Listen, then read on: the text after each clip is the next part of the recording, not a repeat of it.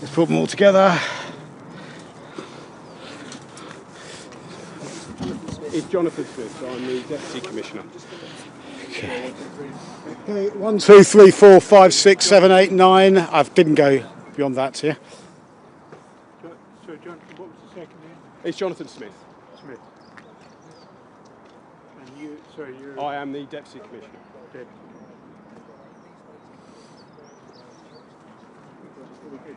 Yeah, you tell me wherever you need me. Another step closer? A little bit to I can. All good? Everybody rolling? Everybody happy? Good morning, everyone. I'm Jonathan Smith. I am Deputy Commissioner with the London Fire Brigade.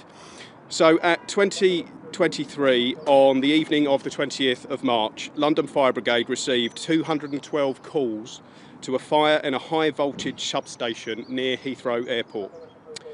The fire involved a transformer comprising of 25,000 litres of cooling oil fully alight. This created a major hazard due to the still live high voltage equipment and the nature of the oil-fuelled fire. LFB was in close contact with Blue Light Partners overnight, and at 0042 the Metropolitan Police declared a major incident. This remains a very visible and significant incident. Our firefighters worked tirelessly in challenging and very hazardous conditions to bring the fire under control as swiftly as possible.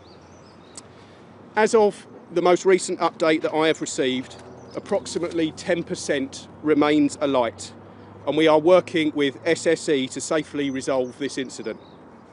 As a result of the incident, 67,000 households were left without power. Currently, 5,000 homes remain without power. There remains no power at Heathrow Airport Terminal 2 or Terminal 4. The incident caused London Heathrow to close the airport and planes to be rerouted. We continue to work very closely with our partners to minimise disruption. 10 fire engines, 2 bulk foam units and 1 high-volume pump were on scene at the peak of this incident. This equates to approximately 70 London Fire Brigade personnel. Firefighters safely evacuated 29 people from neighbouring properties, and as a precaution, a 200-metre cordon was established. Working with the Metropolitan Police Service, around 150 people were evacuated to a rest centre. The first appliance was on scene within 5 minutes of mobilisation. LFB will continue to maintain an operational response at the scene throughout the day, assisting the national grid as they assess the site and attempt to restore power.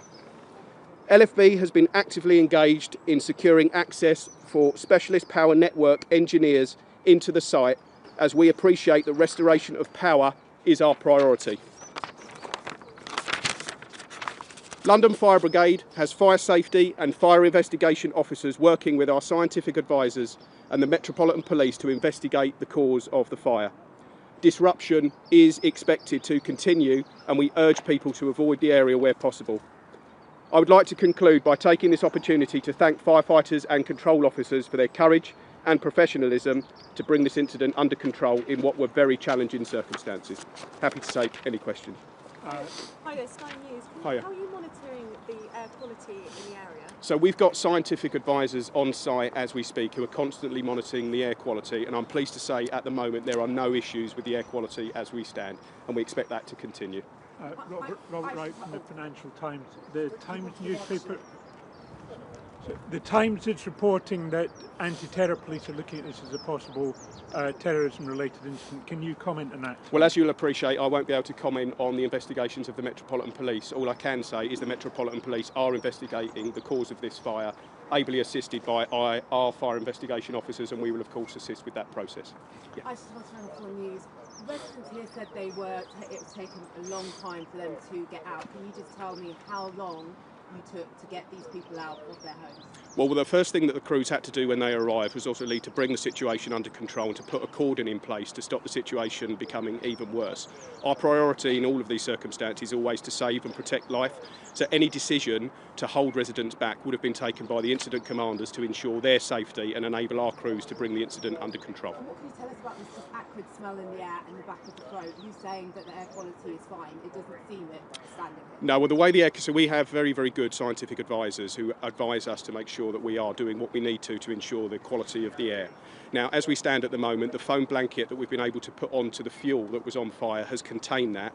And yes, there is still a smell in the air, but the safety of the air has been given the all clear by our scientific advice. We'll continue to monitor that and make sure that people have the reassurance that they need. Has there been a fire at the substation here before? I'm afraid I'm unaware of any history with this particular site.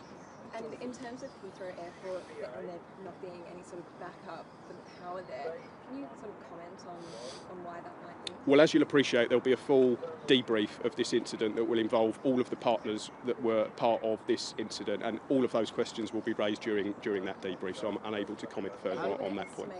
Are you able to estimate the cost of the fire? I'm afraid I'm unable to give that detail. How long will it take you to get this under control now? You said up to 10% still burning. So as we stand at the moment, about 10% is still burning. We've got a foam layer that's on the fuel as we speak, and that is having the desired impact in terms of reducing the temperature of the fire.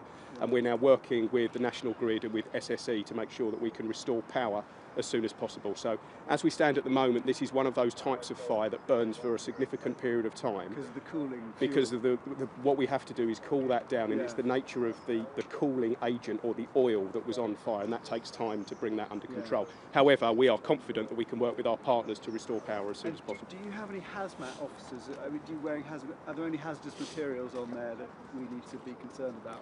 So no, so it goes back to the question around the air quality. So that's why we've got our scientific advisors on scene who constantly monitor the air quality to ensure that everyone has the reassurance that the air that you're breathing at the moment is safe. And at the moment, hazmat need here. So we do have hazmat officers here just to maintain our confidence in our ability to deal with anything should it erupt again. But as we stand at the moment, the fire is under control, the air quality is good, and we don't anticipate any further safety issues for members of the public. Just one more question, guys. Sorry, one more question. You've got to go.